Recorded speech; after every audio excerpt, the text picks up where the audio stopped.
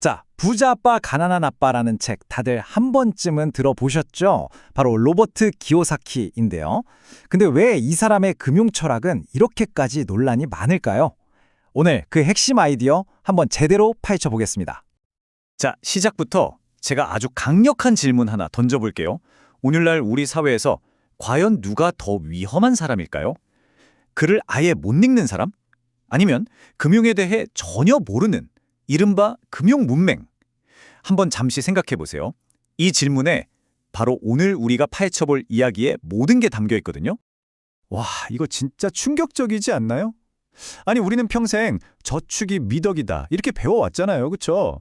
그런데 기요사키는 바로 이런 식으로 우리가 당연하다고 믿는 상식을 그냥 정면으로 깨부수는 그런 도발적인 주장으로 아주 유명한 사람입니다.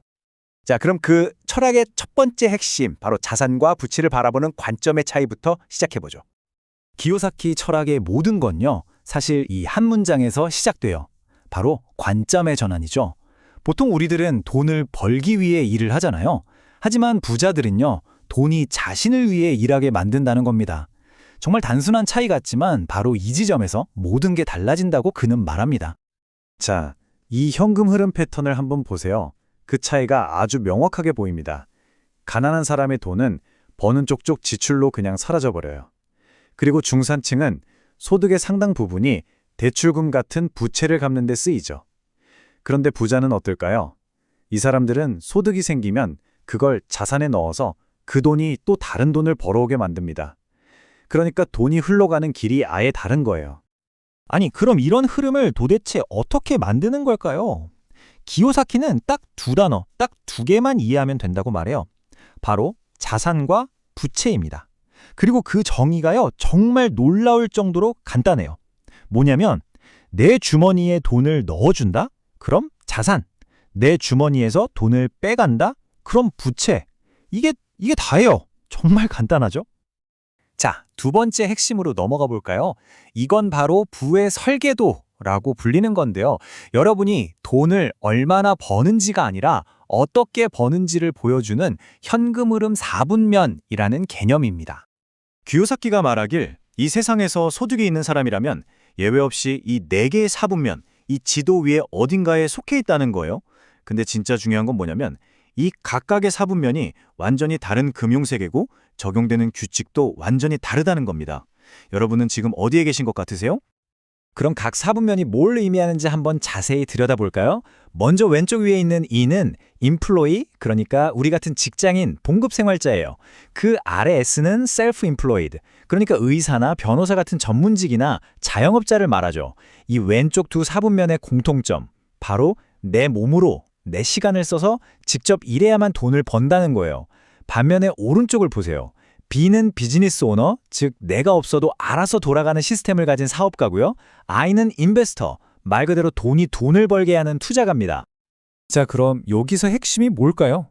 기요사키는요, 우리가 꿈꾸는 경제적 자유는 오직 이 오른쪽 4분면, 그러니까 사업가 B와 투자가 I의 영역에서만 이룰 수 있다고 아주 단호하게 주장합니다. 결국 이 왼쪽에서 오른쪽으로 넘어가는 것, 이게 바로 그의 철학이 제시하는 최종 목표인 셈이죠. 자, 이제부터가 아마 가장 논란이 많으면서도 제일 흥미로운 부분일 겁니다. 부자들은 도대체 어떻게 우리 대부분이 그저 따라야만 하는 이 시스템이라는 게임의 룰을 자신들에게 유리하게 활용하는 걸까요? 그 비밀을 한번 들여다보죠. 일단 세금 이야기부터 해볼까요? 우리 상식으로는 어때요? 당연히 돈 많이 버는 부자들이 세금도 제일 많이 낼 거라고 생각하잖아요. 그쵸? 하지만 현실은 완전히 180도 다릅니다. 이 자료 좀 보세요. 봉급생활자, 즉 이 4분면이 소득의 약 40%, 자영업자인 S가 60%를 세금으로 낼 때 사업가 B는 20%, 그리고 투자가 I는 놀라지 마세요. 0%입니다. 와, 진짜 충격적이죠? 이게 가능한 이유는요, 세금 시스템 자체가 처음부터 B와 I 4분면의 활동을 하도록 유도하고 장려하게끔 설계되었기 때문이에요.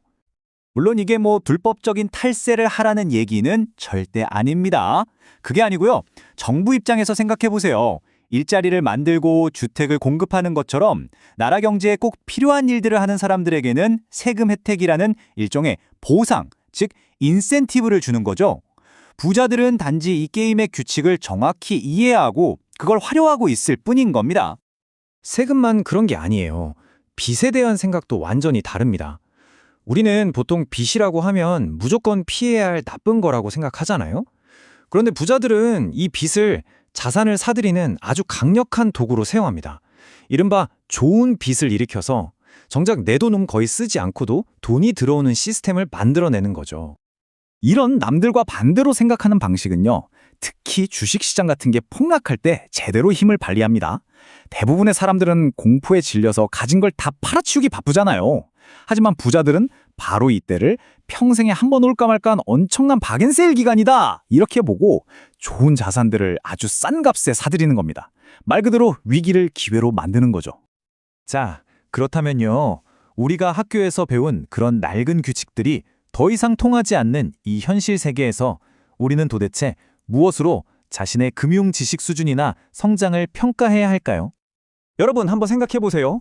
우리가 학교를 졸업하고 사회에 나오면 그 누구도 우리한테 학점이 몇 점이었냐고 묻지 않아요. 그쵸? 그럼 진짜 세상에서 우리의 성공을 판단하는 기준, 그 새로운 성적표는 과연 뭘까요? 그 정답은 바로 여러분의 재무제표입니다. 당장 은행에 대출 받으러 간다고 생각해 보세요.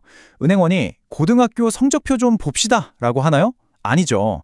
재무제표 가져오세요 라고 하죠. 그걸 보고 이 사람의 금융 상태가 건강한지 아닌지를 판단하는 겁니다. 이게 바로 어른들의 세계에서 통하는 진짜 성적표예요. 결국 이겁니다. 손익계산서, 대차대조표, 이런 재무제표를 제대로 읽고 이해할 수 있는 능력, 이게 바로 금융 문맹에서 탈출하는 가장 첫 번째 단계라는 거죠. 학교에서는 절대 안 가르쳐주지만 현실 세계에서는 반드시 알아야 하는 돈의 언어인 셈입니다. 자, 오늘 이야기의 마지막 질문입니다. 이 돈의 언어를 배우기 위해서 다른 건 다 잊어도 좋으니까 이번 주에 당장 여러분이 시작할 수 있는 아주 작은 행동, 딱 한 가지만 정해본다면 그게 뭘까요? 바로 그 작은 실천이 여러분의 경제적 자유를 향한 위대한 첫걸음이 될 거라고 저는 믿습니다.